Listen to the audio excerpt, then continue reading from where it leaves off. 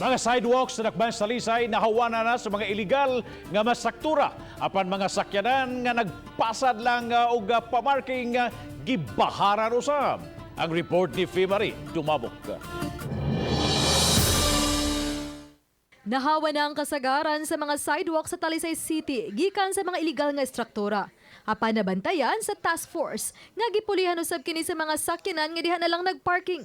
Si Edwin Yerves, panguo sa task force, niingon nga nakigalayo na sila sa mga barangay opisyalis o City of Talisay Traffic Operation Development Authority kon City Toda aron matagaan kini og aksyon. Ang mga area nga ato nang nalimpyo, unya kalit lang aduna na nooy mga illegal parking, palihog lang mo, tawag lang mo sa among opisina o bin coordinate sa atong taga mga City Toda personnel. Kaya automatically sabot nga namon Sir Joy nga kun unsay nalimpyuhan ilang i-maintain. Si Yerves ni pasalig nga bisan pa og mahuman ang evaluation sa taga Department of Interior and Local Government, ipadayon gihapon nila ang pagmonitor kung namalik ba o wa na ang mga illegal nga struktura.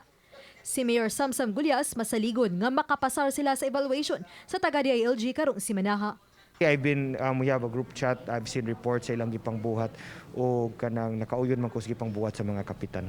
We're just really hoping for the best and we're hoping for the same rate as the first time. Ang tinugyanan sa DILG mulibot sa nagkadiyang barangay sa syudad ning Simanaha aron sutaon kung ituman ba sa kamanduan. Uban ni Renante Quiñones. Ako si Fimari Dumabok. Balitang Bisdak.